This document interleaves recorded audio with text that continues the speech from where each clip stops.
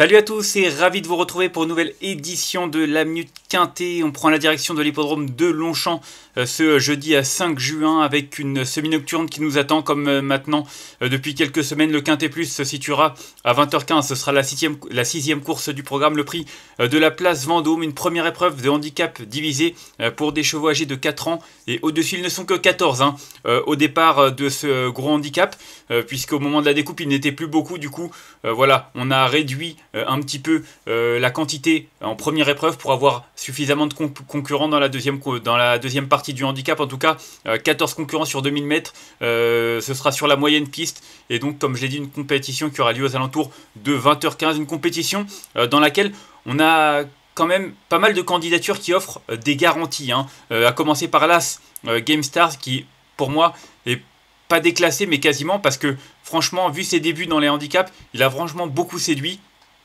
en se classant 3ème du super handicap du printemps, battu par Almiro, d'ailleurs qu'il retrouve dans cette compétition. Il y avait une demi-longueur à l'arrivée, donc ça s'est pas joué à grand chose. En tout cas, ce qu'il faut noter, c'est que c'était sa deuxième course après plusieurs mois d'absence, donc un cheval qui est clairement sur la montante. C'était ses débuts dans les handicaps, donc il est compétitif, il va encore afficher des progrès, et au vu de ce qu'il a montré, notamment l'an passé, dans les courses à condition, il avait même tenté sa chance au niveau listed. Je pense vraiment qu'il va remporter son quintet très prochainement, et pourquoi pas même dès ce jeudi. Ensuite, j'ai retenu le numéro 2, Almiro, qui l'a devancé la dernière fois. C'est vrai qu'Almiro, ça a été assez difficile cet hiver, notamment du côté de Cannes-sur-Mer, où il n'a pu vraiment se mettre en évidence. Et puis complètement déclenché au début de printemps en s'imposant dans un quintet en valeur 37 du côté de Saint-Cloud. Et c'est vrai qu'il était pris déjà en 40,5, même plus. En 42 à un moment donné, 43,5, je suis en train de voir sa meilleure valeur. En tout cas, il a montré qu'il avait de la marge, surtout après cette victoire de Quintet, en se classant deuxième du super handicap du printemps devant Game Stars. Alors bon, ça s'est joué à pas grand chose. Les deux ont une belle carte à jouer. J'ai retenu là ce Game Stars parce que pour moi il a un peu plus de marge, dans le sens où il a que 2 courses dans les jambes cette année. Il va continuer à progresser, il est mieux placé dans les stalles de départ. Donc voilà, il y a quelques petits arguments qui m'ont fait retenir l'As devant le 2, mais clairement les deux devraient logiquement jouer les premiers rôles. Ensuite, derrière ces deux-là, j'ai retenu le numéro 9, Rakib, que je suis depuis maintenant un bon moment. Il est irréprochable cette année, il n'a couru que 3 fois lui aussi. Il arrive avec de la fraîcheur, comme Last Game Stars. Il n'a pas beaucoup couru, et puis surtout, il a un peu plus d'expérience. C'est en gros de 5 ans, il a couru 3 handicaps cette année, 3 places, dont une sur ce parcours, une 3ème place le 17 avril sur le parcours des 2000 mètres de la moyenne piste. Donc voilà, un cheval qui est compétitif, qui est régulier, qui va certainement remporter son événement dans les semaines ou les mois à venir. Donc pour moi, c'est également un concurrent qui doit être surveillé de près, qui fait figure de très bonne base au départ de ce quintet. Ensuite, j'ai retenu en 4ème position le numéro 6, Grand Balcon, un cheval qui est toujours courageux. On le connaît, Grand Balcon. C'est vrai qu'on aime bien lorsqu'il prend la tête. Il est capable d'attendre aussi. Mais j'avoue que je l'aime bien lorsqu'il est dans le groupe de tête, qu'il essaye également d'être monté aux avant-postes. Et c'est vrai que comme ils ne sont 14, ça peut être une belle tactique. En tout cas, dernièrement, il a terminé 2ème d'un handicap devant Rakib. Donc clairement, la ligne elle est bonne.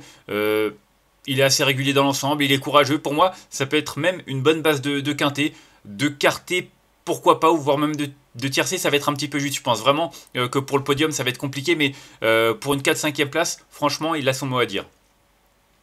Ensuite, j'ai retenu en 5ème position le numéro 7, Motion, je ne sais pas comment on le prononce. En tout cas, c'est un cheval qui a fait ses preuves dans cette catégorie. La dernière fois, c'était du côté d'Angers. C'est un cheval qui a été acquis à réclamer, mais le profil est assez spécial. Un cheval qui a été acquis à réclamer, mais qui a montré qu'il valait bien mieux que cela.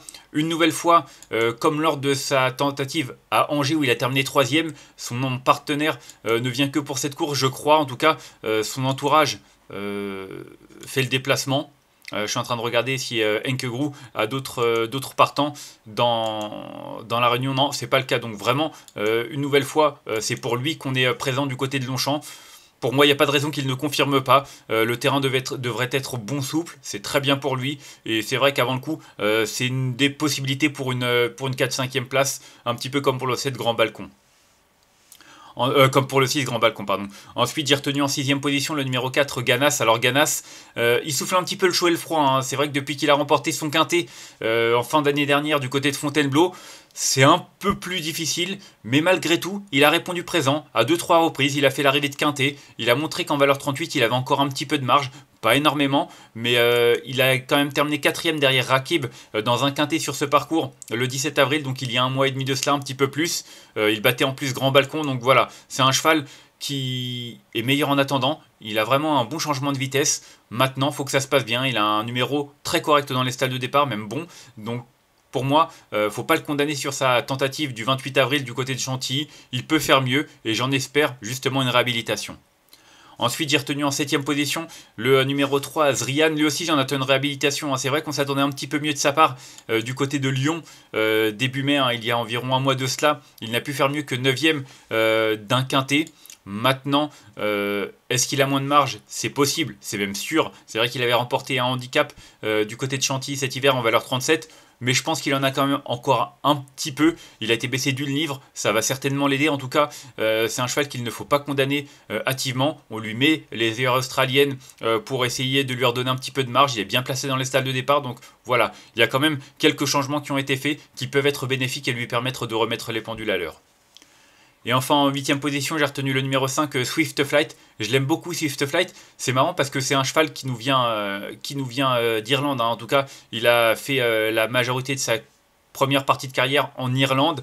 Et c'est vrai que il a très bien couru sur notre sol dans cette catégorie. Il a même d'ailleurs remporté 2 handicaps à Longchamp. Il est tout simplement invaincu sur la piste de Longchamp. C'était à chaque fois sur 2000 mètres, mais sur la grande piste. Alors, c'est vrai qu'en fin de saison dernière, il avait terminé 5ème d'un quintet à Chantilly en valeur 38,5. Là, il est en 37,5. Il a 2 parcours dans les jambes. Je trouve que la candidature est vraiment assez attrayante. Le profil est vraiment séduisant. Un cheval qui semble sur la montante, qui est bien mieux placé au poids. Voilà, je l'ai retenu en 8ème position parce que des fois, j'ai peur d'avoir un petit coup d'avance avec ce numéro 5, Swift Flight. Mais franchement, je pense qu'il est même capable de remporter un quintet à cette valeur. Faudra qu'il le prouve, mais je trouve qu'avant le coup, faut vraiment pas le négliger. Et enfin, en cas de non partant, j'ai retenu le numéro 10, Louvani, qui a eu des interruptions de carrière du haut de ses 6 ans. Il l'a couru même pas 10 fois. Il a eu des interruptions 2-3 fois dans sa carrière. Du coup, voilà, un cheval qui vient de faire une bonne rentrée du côté de Fontainebleau.